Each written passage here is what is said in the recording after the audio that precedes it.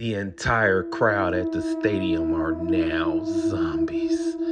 As Madtel Stadium falls and as the virus continues to spread, the dead is walking. Now, the automatic doors hiss open and Jake and Emily step into the target, the fluorescent lights casting a sterile glow over the aisles. It was a quiet afternoon in suburban Georgia, the kind where the most exciting events in the day was finding a good deal on laundry detergent. Jake, a former Maroon with a buzz cut still sharp enough to slice paper, pushed the cart while Emily, a former Army medic, pre-used the shells with practical efficiency.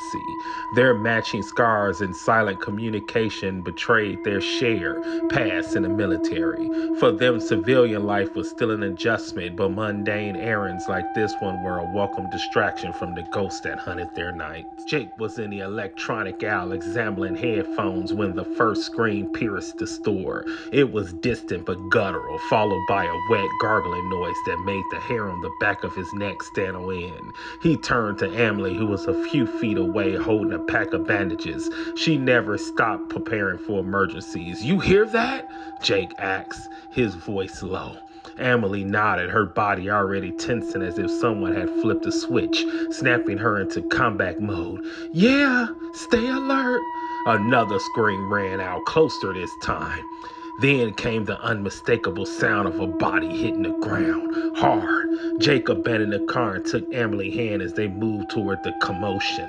Instincts guiding their steps, the air seemed to thicken, a foul odor creeping in that smelled like a mix of Cooper and rot. They turned the corner into the toy aisle and froze. A woman was sprawled on the floor, her chest heaving as blood poured around her. A man, or what was left of him, knelt over her, his teeth tearing into her abdomen with sickling zeal. His head snapped up at their approach, blood smeared across his mouth, and his eyes, those eyes weren't human. Cloudy, yellow, and brimming with hunger, they locked onto Jake and Emily. The man let out an animalistic snore and rose, his movements jerky and unnatural. His jaw hung in a possible angle as if unhinged, and his hands were clawing the air back. Jake barked, grabbing a nearby baseball bat from a clearance rack. Emily snatched a box cutter from her pocket, flickering the blade open with one hand. "What the hell is going on?" she whispered. The man lunged, his speed horrifying, fast for something so broken. Jake swung the bat with all his might, the impact cracking against the man's skull. He crumpled onto the floor, but the body twitched, hands still clawing. "Not human!" Jake mothered, his voice tight. "We need to move on." As they navigate through the aisles, the store erupted into chaos. More screams echoed and the sound of shattering glass filled the air. The infected was everywhere, their numbers growing with every person they attacked. A young boy sprinted past them, tears streaming down his face, only to be tackled by a woman whose face was half missing.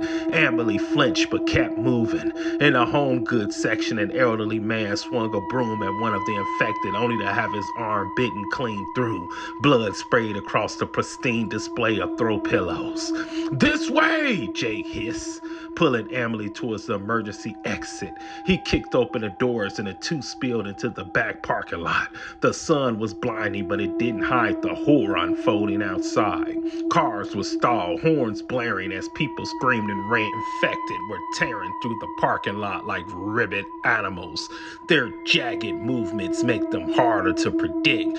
Emily spotted a fire extinguisher mounted to the wall and smashed the glass to retrieve it. "We need weapons, more than this," she said, gesturing to the bat and box cutter. Jake nodded. "Sporting goods, there gotta be some hunting gear inside." They ducked back into the store, sticking close to the shadows. The aisles were a maze of overturned carts, bloody streaks, and discarded belongings. They reached the sporting goods section where Jake grabbed a compound bow and quiver of arrows, while Emily armed herself with a machete. Just as they were about to leave, the sound of slow, shuffling footsteps echoed nearby. A group of infected was ambushing down the aisle, their heads twitching unnatural as they sniffed the air. Jake motioned for Emily to stay low, but one of the creatures caught sight of them. It let out a high-pitched screech, his body conversion, before charging.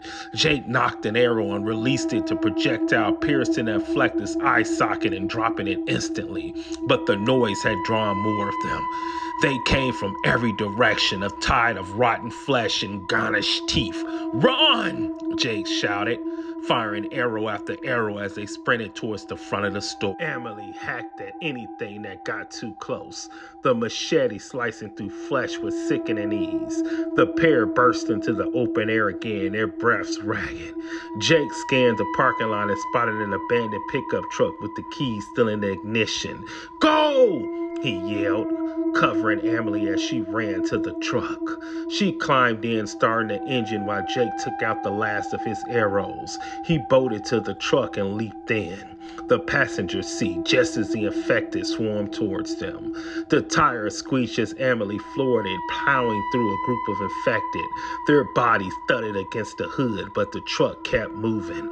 Blood spattered across the windshield, obscuring their view. As they spread down the highway, leaving the chaos behind, Emily's hands trembled on the wheel. Jake leaned back, staring at the quiver with only one arrow left. This just isn't it," he said. Emily, her voice barely a whisper.